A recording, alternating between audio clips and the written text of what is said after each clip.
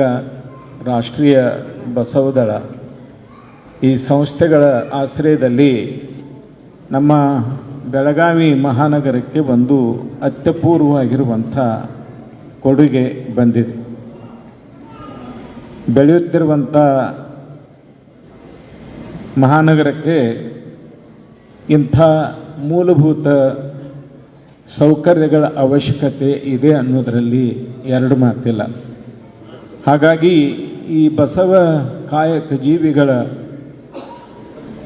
ಉತ್ಸಾಹಿ ಪದಾಧಿಕಾರಿಗಳು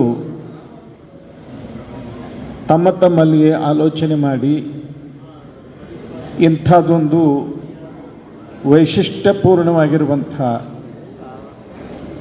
ಮುಕ್ತಿ ವಾಹನವನ್ನು ಲೋಕಾರ್ಪಣೆಗೊಳಿಸಬೇಕು ಅನ್ನುವಂಥ ಸಂಕಲ್ಪ ಮಾಡಿರುವ ಹಿನ್ನೆಲೆಯಲ್ಲಿ ಇವತ್ತಿನ ಈ ಕಾರ್ಯಕ್ರಮ ಜರುಗ್ತಾ ಇದೆ.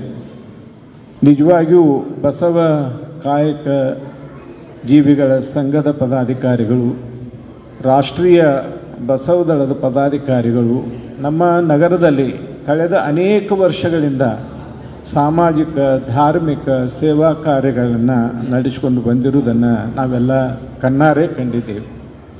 ವಿಶೇಷವಾಗಿ ಅದು ಮತದಾನ ಜಾಗೃತಿ ಶಿಬಿರ ಇರ್ಬೋದು, ರಕ್ತದಾನ ಶಿಬಿರ ಇರ್ಬೋದು, ಇಂಥ ಅನೇಕ ಸಾಮಾಜಿಕ ಸೇವಾ ಕಾರ್ಯಗಳಲ್ಲಿ ಈ ಯುವಕರು ತಮ್ಮನ್ನು ತೊಡಗಿಸಿಕೊಂಡು ಇತರರಿಗೆ ಮಾದರಿಯಾಗಿದ್ದಾರೆ ಅಂತೇಳಿ ಭಾಳ ಅಭಿಮಾನದಿಂದ ಇಲ್ಲಿ ಹೇಳಿ ಬಯಸ್ತೇನೆ. ಅದರ ಜೊತೆಗೆ ಇವತ್ತು ವಿಶ್ವಗುರು ಬಸವಣ್ಣನವರ ಜಯಂತಿಯನ್ನು ಕೂಡ ಇಲ್ಲಿ ಸಾಂಕೇತಿಕವಾಗಿ ಆಚರಣೆ ಮಾಡ್ತಾ ಇದ್ದಾರೆ. ಮಹಾಮಾನವತಾವಾದಿ ಬಸವಣ್ಣನವರು ಸಕಲ ಜೀವಾತ್ಮರಿಗೆ ಲೇಸನ್ನೇ ಬಯಸಿದಂಥ ಪುಣ್ಯಪುರುಷರು. ಅವರು ಶ್ರಮ ಸಂಸ್ಕೃತಿಯನ್ನು ಎತ್ತಿ ಹಿಡಿದಂಥವರು, ಕಾಯಕಕ್ಕೆ ವಿಶೇಷವಾಗಿರುವಂಥ ಪ್ರಾಶಸ್ತ್ಯವನ್ನು ಕಲ್ಪಿಸಿದಂಥವರು. ಬಹುಶಃ ಜಾಗತಿಕ ಇತಿಹಾಸದಲ್ಲಿ ಬಸವಣ್ಣನವರ ಹಾಗೆ ಶ್ರಮಜೀವಿಗಳನ್ನು ಗೌರವಿಸಿದಂಥ ಇನ್ನೊಬ್ಬ ವ್ಯಕ್ತಿ ಇಲ್ಲ ಅಂದರೆ ಅದು ಅತಿಶಯೋಕ್ತಿ ಅಲ್ಲ. ಅವರು ಶ್ರಮ ಸಂಸ್ಕೃತಿಗೆ ವಿಶೇಷವಾಗಿರುವಂಥ ಮಹತ್ವವನ್ನು ಕೊಟ್ಟರು, ಕಾಯಕ ಜೀವಿಗಳ ಸಂಘವನ್ನು ಕಟ್ಟರು, ನಾಡನ್ನೆಲ್ಲ ಆ ಮೂಲಕ ಸಮೃದ್ಧವನ್ನಾಗಿಸಿದರು ಅನ್ನೋದನ್ನು ಇತಿಹಾಸದಲ್ಲಿ ನಾವು ನೋಡ್ತಾ ಇದ್ದೇವೆ.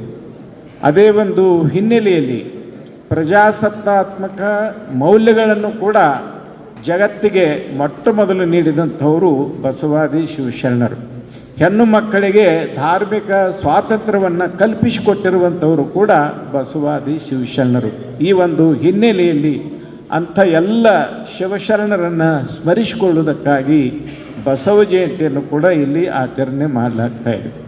ವಿಶೇಷವಾಗಿ ಆ ನಿಮಿತ್ತವಾಗಿ ಇವತ್ತು ಮುಕ್ತಿ ವಾಹನ ಇಲ್ಲಿ ಲೋಕಾರ್ಪಣೆಗೊಂಡಿದೆ. ಅದು ರೂಪುಗೊಂಡ ಬಗೆಯನ್ನು ಅವರು ಈಗಾಗಲೇ ನಮಗೆಲ್ಲ ತಿಳಿಸಿಕೊಟ್ಟಿದ್ದಾರೆ. ನಿಜವಾಗಿಯೂ ಎಲ್ಲರ ಒಂದು ಸಹಯೋಗದಿಂದ ಸಹಕಾರದಿಂದ ಈ ಒಂದು ಕಾರ್ಯ ಇಲ್ಲಿ ಜರುಗಿರುವಂಥದ್ದು ಬಹಳ ವಿಶೇಷ. ಈ ಮುಕ್ತಿ ವಾಹನ ಬಹುಶಃ ನಮ್ಮ ಆನಂದ್ ಹೇಳಿದ ಹಾಗೆ ಇದು ಕೇವಲ ಬೆಳಗಾವಿಯಲ್ಲಿ ಅಷ್ಟೇ ಅಲ್ಲ, ಇಡೀ ಕರ್ನಾಟಕದಲ್ಲಿ ಹೊಸದಾದಂಥ ಒಂದು ಪರಿಕಲ್ಪನೆಯನ್ನು ಕೊಡುವಂಥ ಒಂದು ಮುಕ್ತಿ ವಾಹನ. ಭಾಳ ವೈಶಿಷ್ಟ್ಯಪೂರ್ಣವಾಗಿ ಅದನ್ನು ನಿರ್ಮಾಣ ಮಾಡಿದ್ದಾರೆ. ನೋಡಿರಿ, ಇಡೀ ವಾಹನ ಐಕ್ಯ ಮಂಟಪದ ಮಾದರಿಯಲ್ಲಿ ನಿರ್ಮಾಣಗೊಂಡಿರುವಂಥದ್ದು. ಅದರ ಜೊತೆಗೆ ಒಳಗಡೆ ಸಾಕಷ್ಟು ಅನುಕೂಲತೆಗಳನ್ನ ಅವರು ಕಲ್ಪಿಸಿಕೊಟ್ಟಾರೆ. ಅಲ್ಲಿರುವಂಥ ಒಂದು ವಾಸನೆ ಕೂಡ ಹೊರಗೆ ಹೋಗುವಂಥ ಒಂದು ವ್ಯವಸ್ಥೆಯನ್ನು ಕೂಡ ಆ ವಾಹನದಲ್ಲಿ ಕಲ್ಪಿಸಿರೋದು ಈ ಒಂದು ವಾಹನ ನಿರ್ಮಾಣ ಮಾಡುವಂಥ ಸಂದರ್ಭದಲ್ಲಿ ಎಲ್ಲ ಆರೋಗ್ಯದ ನಿಯಮಗಳನ್ನು ಕೂಡ ಅವರು ಪರಿಗಣಿಸಿದ್ದಾರೆ ಅನ್ನೋದಕ್ಕೆ ಒಂದು ನಿದರ್ಶನ. ಇಂಥ ಒಂದು ವೈಶಿಷ್ಟ್ಯಪೂರ್ಣವಾಗಿರುವಂಥ ಮುಕ್ತಿ ವಾಹನ ಇವತ್ತು ಲೋಕಾರ್ಪಣೆಗೊಂಡಿದೆ. ಈ ಎಲ್ಲ ಯುವಕರು ಮನಸ್ಸು ಮಾಡಿದರೆ ಏನಾದರೂ ಮಾಡಬಲ್ಲರು ಅನ್ನೋದನ್ನು ತಮ್ಮ ಕಾರ್ಯದಿಂದ ನಮಗೆಲ್ಲ ತೋರಿಸಿಕೊಟ್ಟಿದ್ದಾರೆ. ಈ ಒಂದು ಹಿನ್ನೆಲೆಯಲ್ಲಿ ಈ ಒಂದು ಮುಕ್ತಿ ವಾಹನವನ್ನು ಲೋಕಾರ್ಪಣೆಗೊಳಿಸುವಂಥ ಈ ಸಂದರ್ಭದಲ್ಲಿ ಇಂಥ ಒಂದು ಕೊಡುಗೆಯನ್ನು ನೀಡೋದಕ್ಕೆ ಕಾರಣೀಭೂತರಾಗಿರುವಂಥ ಎಲ್ಲ ಕಾರ್ಯಕರ್ತರನ್ನು, ವಿಶೇಷವಾಗಿ ನಮ್ಮ ಭಾವಿ ಮತ್ತು ಗುಡಸ್ ಬಂಧುಗಳು, ಅವರ ಜೊತೆಗೆ ಇರುವಂಥ ಅವರ ಅನೇಕ ಸ್ನೇಹಿತರ ಬಳಗ ಇವತ್ತು ಈ ಒಂದು ಮಹತ್ವದ ಕಾರ್ಯವನ್ನು ಮಾಡಿರುವಂಥದ್ದು ನಿಜಕ್ಕೂ ನಾವೆಲ್ಲ ಹೆಮ್ಮೆ ಪಡುವಂಥ ಸಂಗತಿ ಅನ್ನುವಂಥ ಒಂದು ಮಾತನ್ನು ಈ ಸಂದರ್ಭದಲ್ಲಿ ಹೇಳ್ತಾ, ನಿಜವಾಗಿಯೂ ಇದೊಂದು ಅಪೂರ್ವವಾಗಿರುವಂಥ ವಾಹನ. ಈ ಅಂತ್ಯ ಸಂಸ್ಕಾರದ ಸಂದರ್ಭದಲ್ಲಿ ಕೆಲವು ಜನರಿಗೆ ಅಂತ್ಯ ಸಂಸ್ಕಾರವನ್ನು ನಡೆಸೋದಕ್ಕೆ ಬೇಕಾಗುವಂಥ ಹಣಕಾಸಿನ ಅನಾನುಕೂಲತೆಗಳು ಕೂಡ ಬಹಳಷ್ಟಿರ್ತವೆ. ಹಾಗಾಗಿ ಈ ಒಂದು ವಾಹನದ ಕೆಲಸ ಮುಗಿದ ನಂತರ ಅಂದರೆ ಅದಕ್ಕೆ ಸಂಬಂಧಪಟ್ಟಿರುವಂಥ ಖರ್ಚು ವೆಚ್ಚಗಳ ಒಂದು ನಿರ್ವಹಣೆ ಪೂರ್ಣಗೊಂಡ ಮೇಲೆ ಒಂದು ಮುಕ್ತಿ ನಿಧಿ ಅಂತ ನಾವು ಮಾಡಬೇಕು. ಆ ಒಂದು ನಿಧಿಯಿಂದ ಬರುವಂಥ ಬಡ್ಡಿ ಹಣವನ್ನು ಯಾರಿಗೆ ಅಂತ್ಯ ಸಂಸ್ಕಾರ ಮಾಡೋದಕ್ಕೆ ಸಾಧ್ಯ ಆಗೋದಿಲ್ಲ ಅಂಥ ವ್ಯಕ್ತಿಗಳ ಪರಿಹಾರಕ್ಕೆ ಈ ಮುಕ್ತಿ ವಾಹನ ಅಂತರೂ ಅವರು ಉಚಿತವಾಗಿ ಕೊಡ್ತಾರೆ.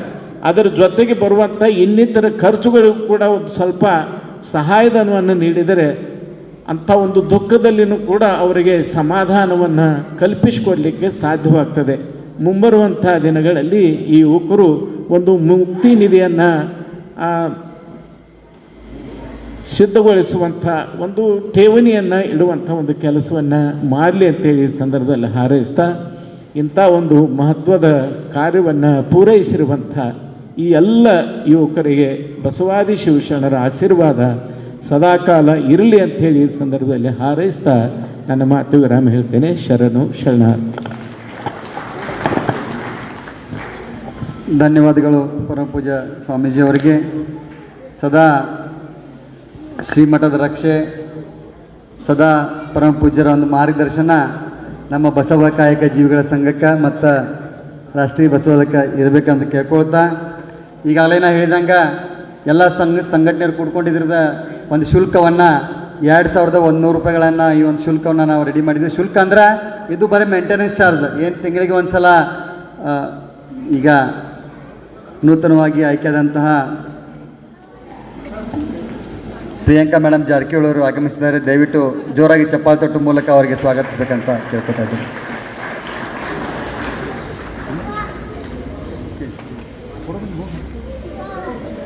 ಅವರಿಗೆ ಸ್ವಾಗತವನ್ನು ಕೊಡಿ, ಅವರಿಗೆ ಪುಷ್ಪಗುಚ್ಛವನ್ನು ಕೊಟ್ಟು ಸ್ವಾಗತಿಸಬೇಕಂತ ಕೇಳ್ಕೊತಾ ಇದ್ದೀನಿ.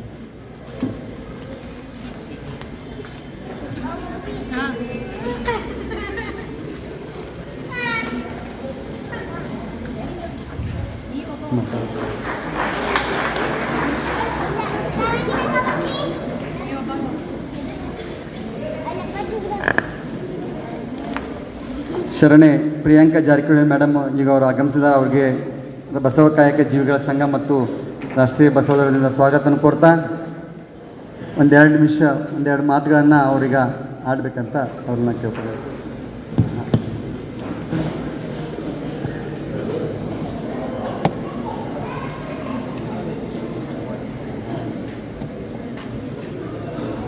ಹೆಚ್ಚಿನ ವಿಡಿಯೋಗಳಿಗೆ ಪ್ರತಿಧ್ವನಿ ಯೂಟ್ಯೂಬ್ ಚಾನೆಲ್ ಸಬ್ಸ್ಕ್ರೈಬ್ ಮಾಡಿ, ಬೆಲ್ ಐಕಾನ್ ಕ್ಲಿಕ್ ಮಾಡಿ.